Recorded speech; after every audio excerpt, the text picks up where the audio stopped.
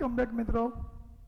તો વૃદ્ધિ અને વિકાસ એ ચેપ્ટરના ધીમે ધીમે અંત તરફ જઈએ છીએ. સૌથી પહેલાં આપણે એ ચેપ્ટર સમજાવ્યું, ત્યારબાદ આપણે એ ચેપ્ટરનું સ્ક્રીનિંગ કર્યું, પછી સ્વાધ્યાય લખાવ્યું કે જે તમે ક્લાસ વર્કમાં લખી લીધું હશે. ન લખી લીધું હોય તો હજી પણ વિડીયો જૂના ઉપલબ્ધ છે, જોઈને સ્વાધ્યાય ક્લાસ વર્કમાં લખી લેશો. પછી આપણે આગળ પડતી પ્રિલિમિનરી સ્કૂલ્સની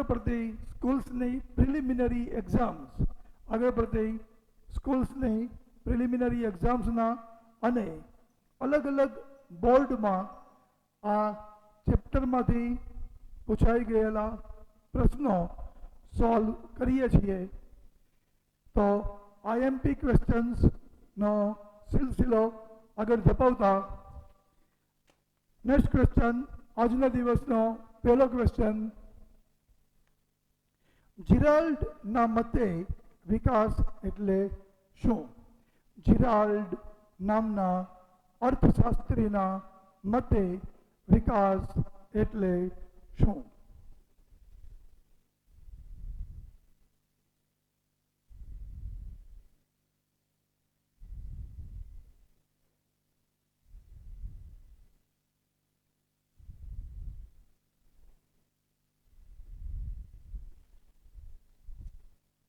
મિત્રો, જીરાલ્ડ નામના અર્થશાસ્ત્રીના મતે વિકાસ એટલે વૃદ્ધિ વત્તા પરિવર્તન.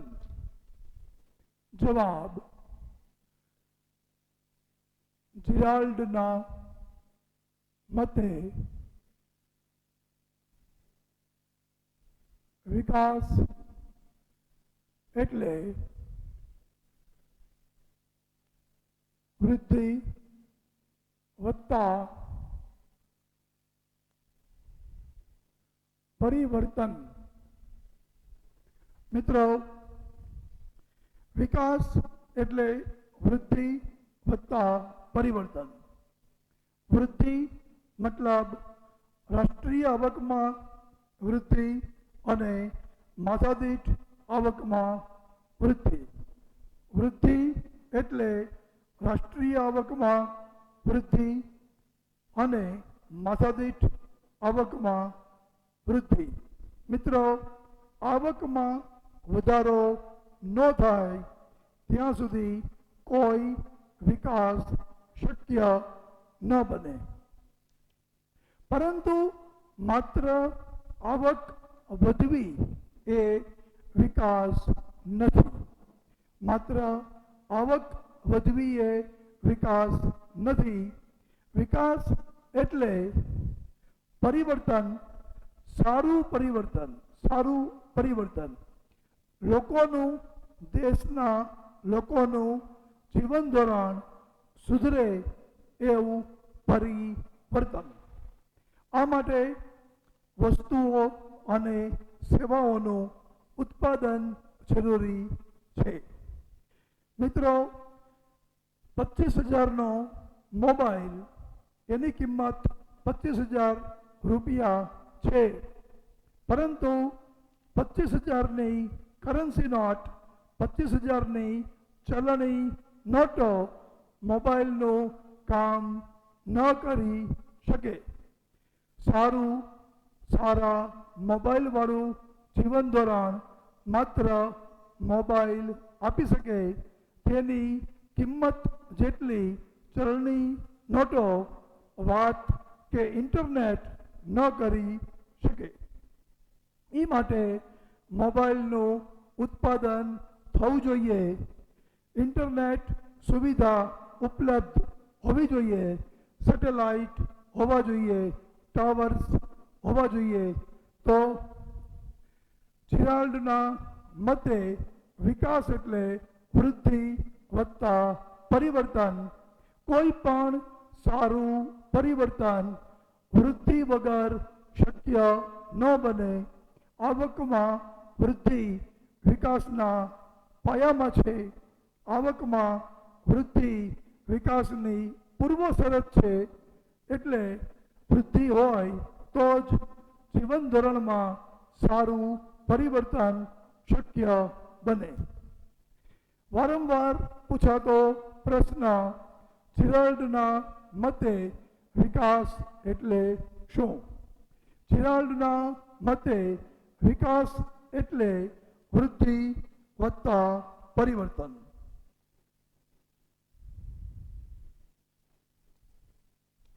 નેક્સ્ટ ક્વેશ્ચન, આર્થિક વિકાસના નિર્દેશકો એટલે શું? આર્થિક વિકાસના નિર્દેશકો એટલે શું?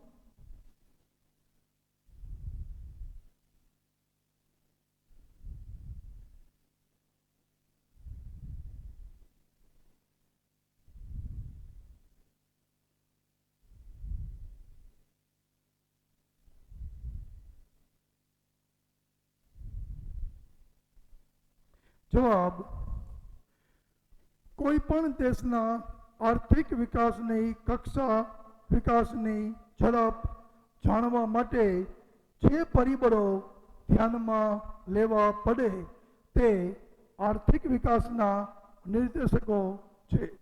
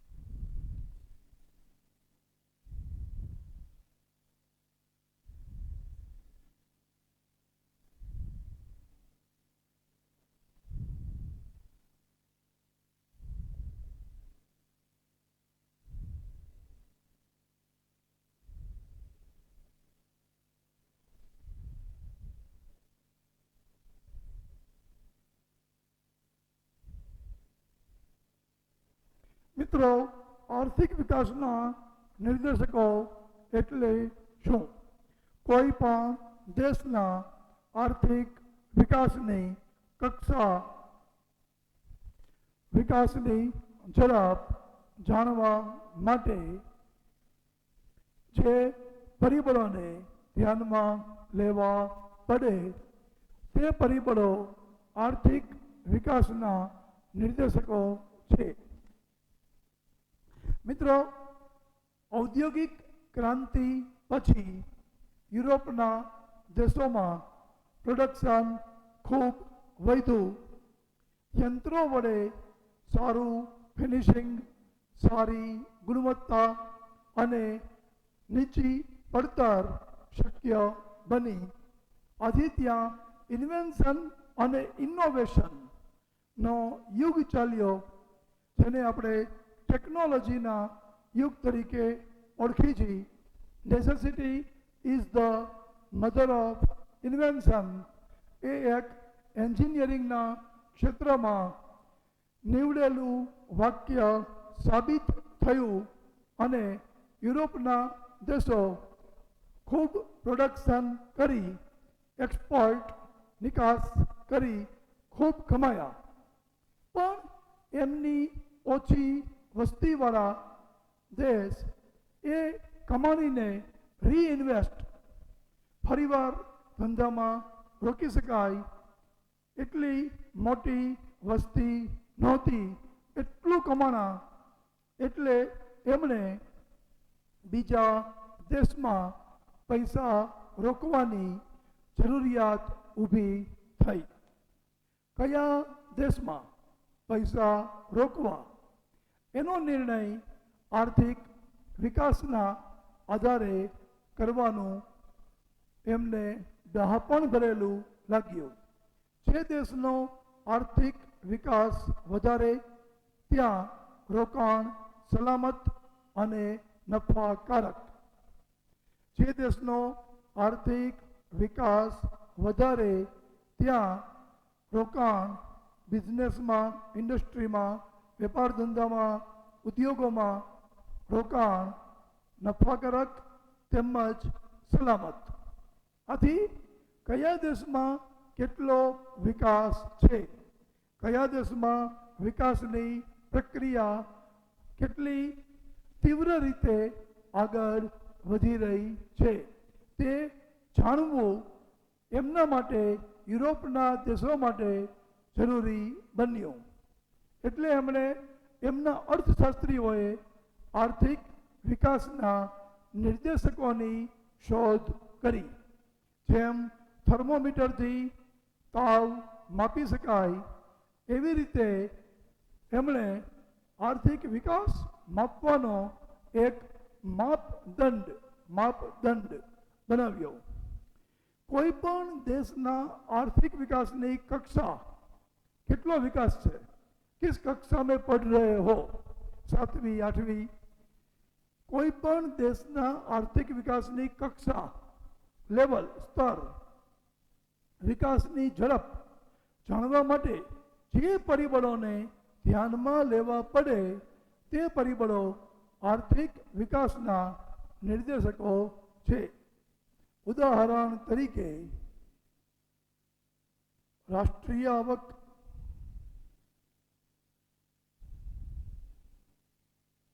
માથાદીઠ આવક,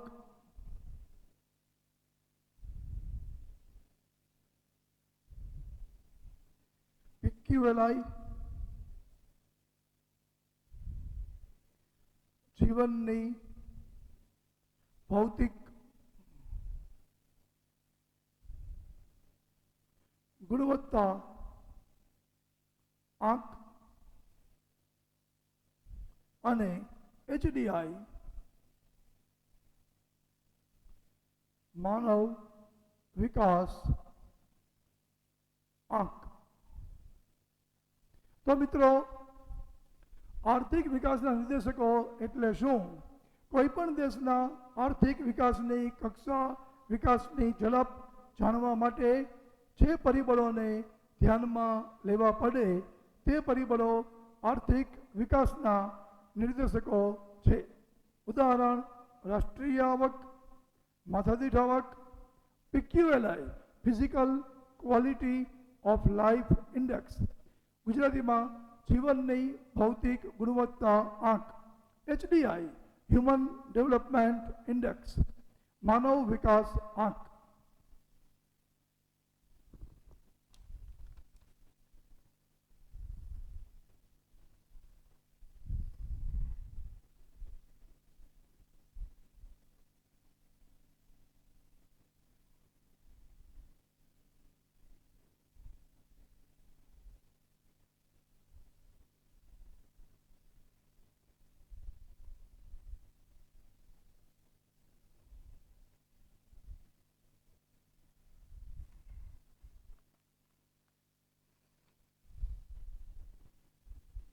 નેક્સ્ટ ક્વેશ્ચન, રાષ્ટ્રીય આવકની ગણતરી કયા ભાવે કરવામાં આવે છે?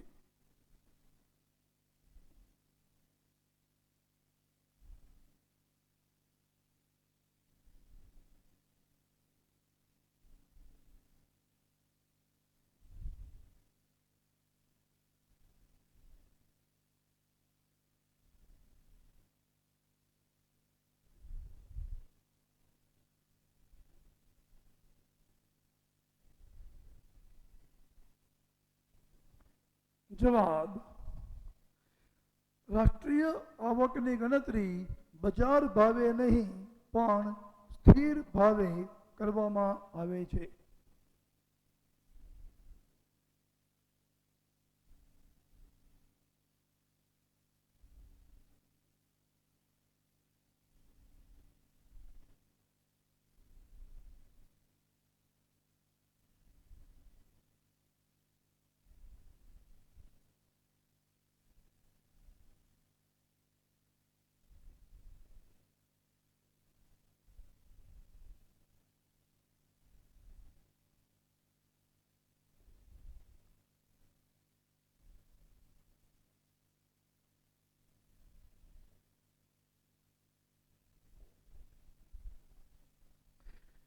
રાષ્ટ્રીય આવકની ગણતરી કયા ભાવે કરવામાં આવે છે?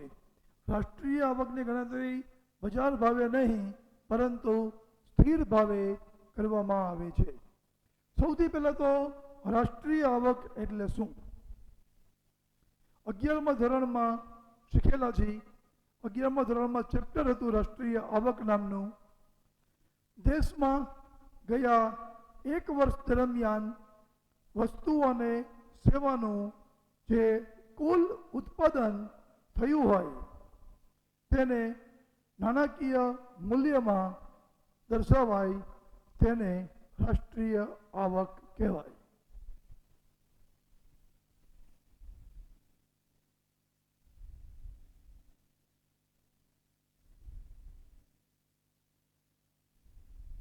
કુલ ઘરેલું ઉત્પાદન વધે, રાષ્ટ્રીય આવક વધે.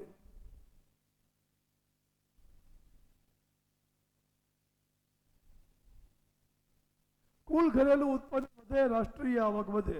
રાષ્ટ્રીય આવક એટલે ઉત્પાદનને, વસ્તુઓ અને સેવાઓના ઉત્પાદનને નાણાકીય મૂલ્યમાં દર્શાવવું તે.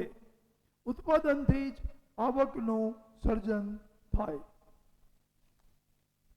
હવે સવાલ એ થાય કે ઉત્પાદનને નાણાકીય મૂલ્યમાં કયા ભાવથી દર્શાવવું?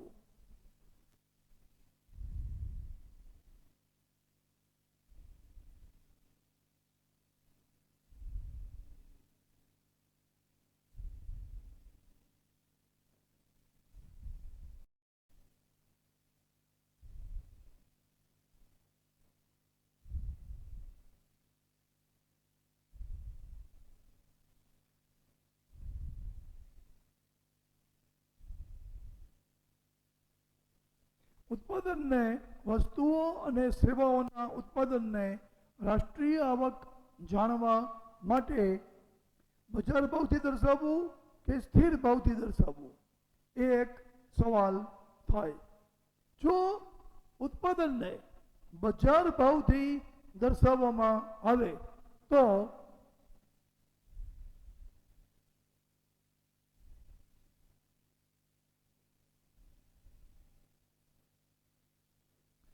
ઉત્પાદનને બજાર ભાવથી દર્શાવવામાં આવે તો મોંઘવારી એટલે કે ફુગાવાના કારણે બજાર ભાવથી રાષ્ટ્રીય આવક માપવામાં આવે તો મોંઘવારી એટલે કે ફુગાવાના કારણે રાષ્ટ્રીય આવક વધારે દેખાય. માનો કે કુલ ઉત્પાદન 10 નંગ છે. માન લો કુલ ઉત્પાદન 10 નંગ છે. બજાર ભાવ 100 રૂપિયા છે. રાષ્ટ્રીય આવક 1000 થશે. કુલ ઉત્પાદન 10 નંગ છે પણ બજાર ભાવ 150 છે, બરાબર?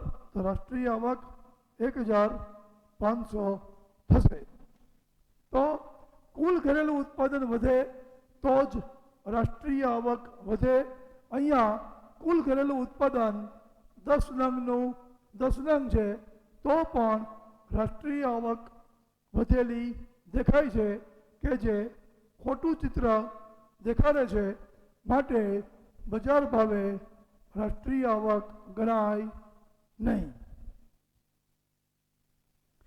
મિત્રો, આનું એક હજી કોઈને આમાં સમજવું હોય તો આનું એક બહુ સારું એક્ઝામ્પલ વર્ષોથી અર્થશાસ્ત્રીઓ આપે છે.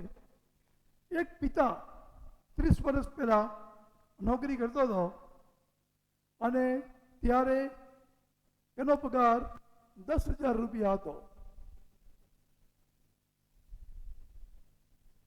એક પિતા 30 વર્ષ પહેલા નોકરી કરતો હતો, એનો પગાર 10,000 રૂપિયા હતો અને હવે પુત્ર નોકરી કરે છે, એનો પગાર 20,000 રૂપિયા છે. અને હવે પુત્ર નોકરી કરે છે, એનો પગાર 20,000 રૂપિયા છે. પુત્ર એમ કે મારો પગાર તમારા કરતાં ડબલ છે, તો એ બજાર ભાવે હશે પણ સ્થિર ભાવે સાચું ચિત્ર કંઈક જુદું હોઈ શકે. પિતા સોનાના ભાવથી જોઈએ, પિતાના જમાનામાં સોનાનો ભાવ 2500 હતો, પુત્રના જમાનામાં સોનાનો ભાવ 45,000 છે. પિતાના જમાનામાં સોનાનો ભાવ 2500 હતો, પુત્રના જમાનામાં સોનાનો ભાવ 45,000 છે. તો પિતા દર મહિને 40 ગ્રામ સોનું લઈ શકે એટલું કમાતા હતા. પુત્ર દર મહિને 5 ગ્રામ સોનું લઈ શકાય એટલું કમાય છે. તો બજાર ભાવે પુત્ર વધારે કમાય છે, પણ સ્થિર ભાવે પિતા વધારે કમાતા હતા. આવી રીતે રાષ્ટ્રીય આવકમાં પણ બજાર ભાવે ખોટી રાષ્ટ્રીય આવક દર્શાવાય. આથી સ્થિર ભાવે રાષ્ટ્રીય આવકની ગણતરી થવી જોઈએ. સ્થિર ભાવ એટલે શું? જે તમે સ્ટેટિસ્ટિક્સમાં પ્રાઇસ ઇન્ડેક્સ ભાવ સૂચક આંકના સમ્સ ગણો છો, એમાં જે પાયાનું વર્ષ, બેઝ યર, પાયાનું વર્ષ એ તમારો સ્થિર ભાવ છે. રાષ્ટ્રીય આવક હંમેશા સ્થિર ભાવથી ગણાવી જોઈએ.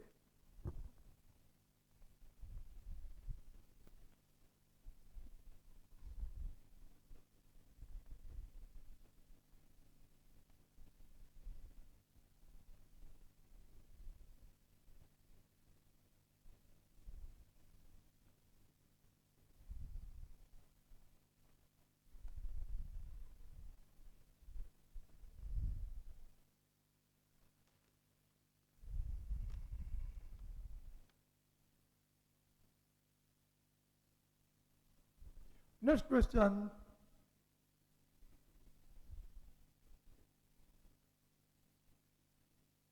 કુલ રાષ્ટ્રીય આવક વધવા છતાં, કુલ રાષ્ટ્રીય આવક વધવા છતાં વિકાસ ક્યારે શક્ય ન બને?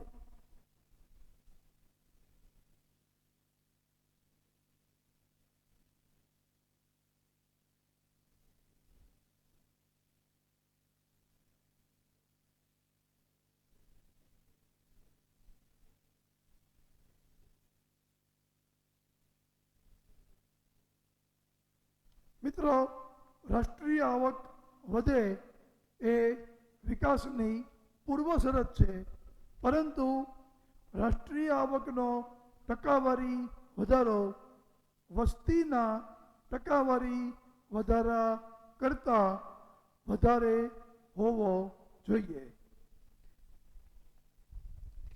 જવાબ: જે દેશમાં રાષ્ટ્રીય આવક વૃદ્ધિના દર કરતાં વસ્તી વૃદ્ધિનો દર વધારે હોય તે દેશમાં રાષ્ટ્રીય આવક વધવા છતાં વિકાસ શક્ય ન બને. જે દેશમાં રાષ્ટ્રીય આવક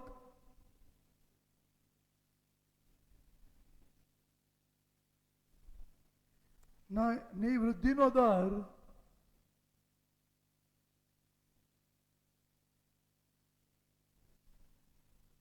વસ્તી વૃદ્ધિ દર કરતાં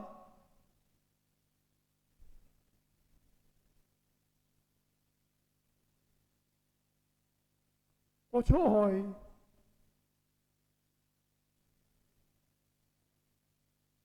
તે દેશમાં રાષ્ટ્રીય આવક વધવા છતાં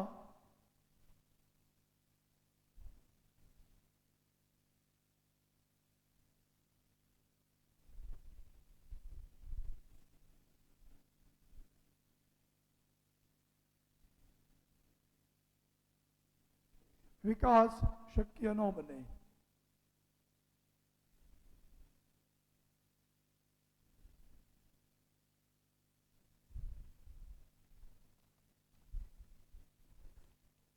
મિત્રો,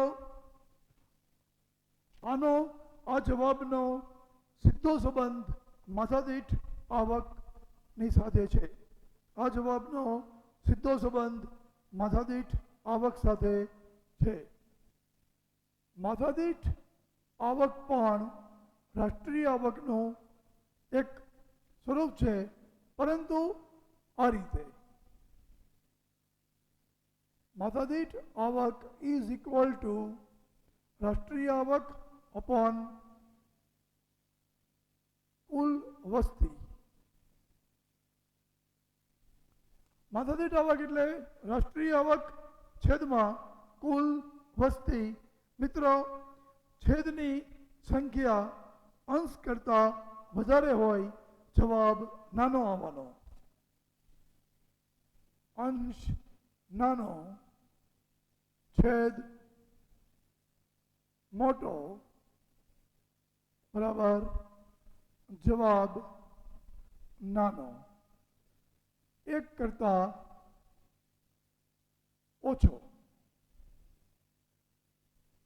મિત્રો, અંશ નાનો હોય અને છેદ મોટો હોય તો 0 પોઈન્ટ સમથિંગમાં જવાબ આવે તો જે દેશમાં રાષ્ટ્રીય આવકનો વૃદ્ધિ દર વસ્તીના વૃદ્ધિ દર કરતાં ઓછો હોય, અંશ નાનો હોય, ત્યાં માથાદીઠ આવક ઓછી હોય અને એટલે વિકાસ શક્ય ન બને.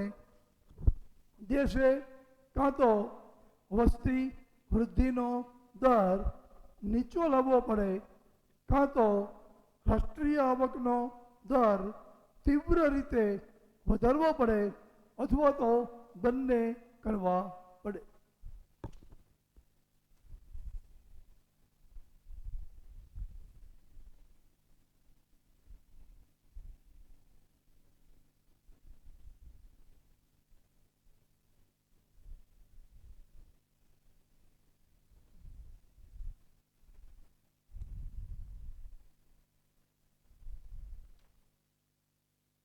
મિત્રો, હવે સમય છે આજના સુવાક્યનો.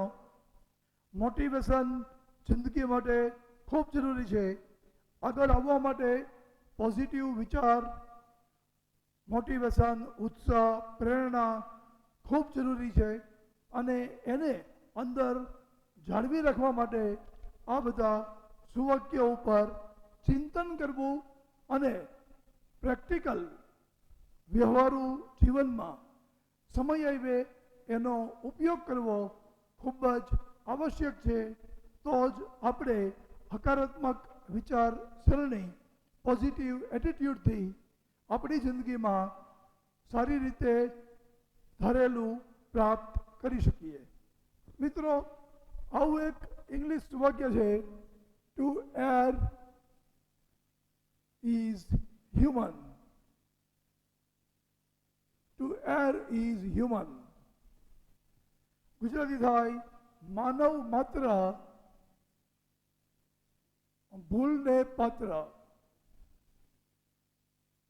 મિત્ર, ટુ એર ઇઝ હ્યુમન.